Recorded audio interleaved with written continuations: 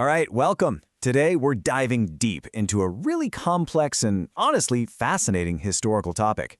The whole idea of how witches were supposedly educated and the natural forces they were believed to command across early modern Europe.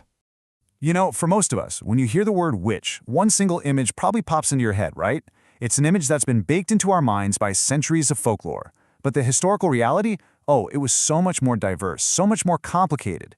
The belief in witchcraft back then wasn't just one thing. It was this tangled web of theological terror, local folklore, and intense legal prosecution. And it looked completely different depending on where you were.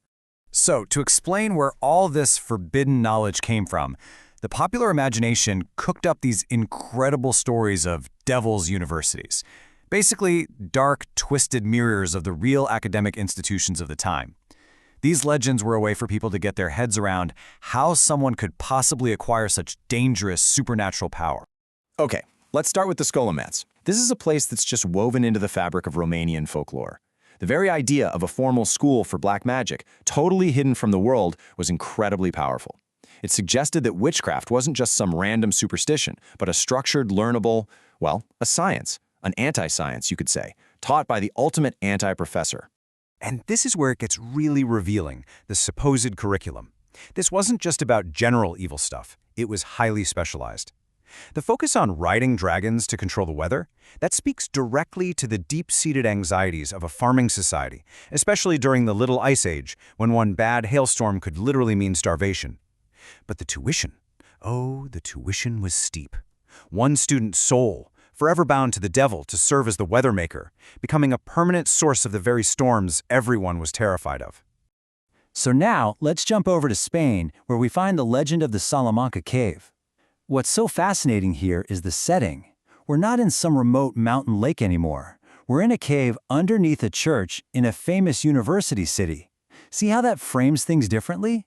Magic isn't some wild primal force here. It's presented as a kind of forbidden, intellectual, almost scholarly pursuit. And the devil? He's not a monster, he's a sacristan, a teacher. The curriculum really reflects this intellectual angle. Astrology, necromancy, hydromancy, these were seen as the dark sciences. The story of its most famous supposed graduate, the Marquess de Villena, is so telling. He manages to outsmart the devil, but he loses his shadow in the process. What a powerful metaphor, right? It's about losing a piece of your soul, a piece of your humanity. The cost of this dark knowledge wasn't eternal slavery, but a piece of your very being. And that idea really echoed through Spanish literature. But while all these wild myths were spreading, some people in power actually started to question the whole thing.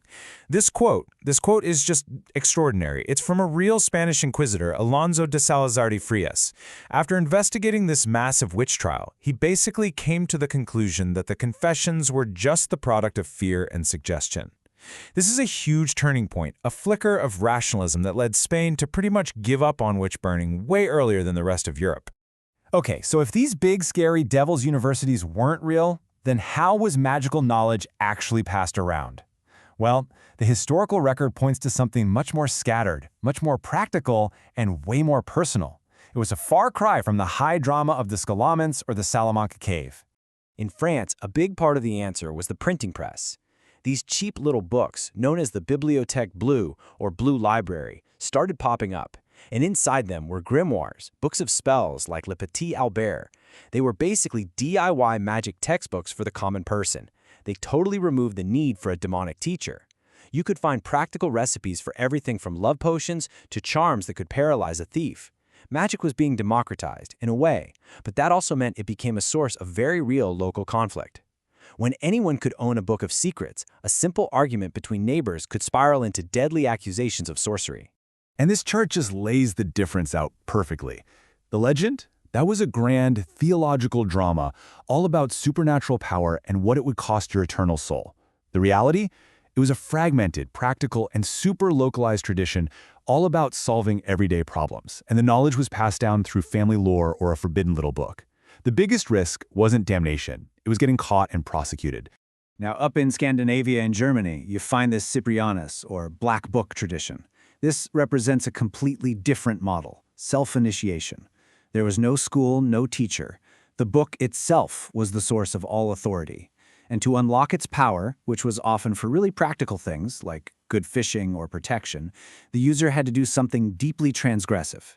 They had to reject their own baptism or sign the book in their own blood. It was a personal pact, not with some grand devil, but with the knowledge itself. But maybe the most common method of all was also the simplest. This one phrase, "my mother taught me," shows up over and over and over again in the court records. This wasn't a formal curriculum. It was an informal apprenticeship in things like plant lore, healing, and how to communicate with local spirits. It was passed from one generation to the next, usually mother to daughter. This was the deep, quiet current of folk knowledge flowing beneath the surface. So beyond books and family lore, a witch's power was believed to come from a deep, profound connection to the natural world. If a book was the textbook, then nature was the classroom. And two elements were absolutely central: the cycles of the moon and the properties of water. The moon was seen as the true clock of magic. Its phases didn't just mark time, they dictated the kind of magical work you could even do. The new moon was for dark magic, for curses. The full moon was the absolute peak of power, perfect for healing or seeing the future.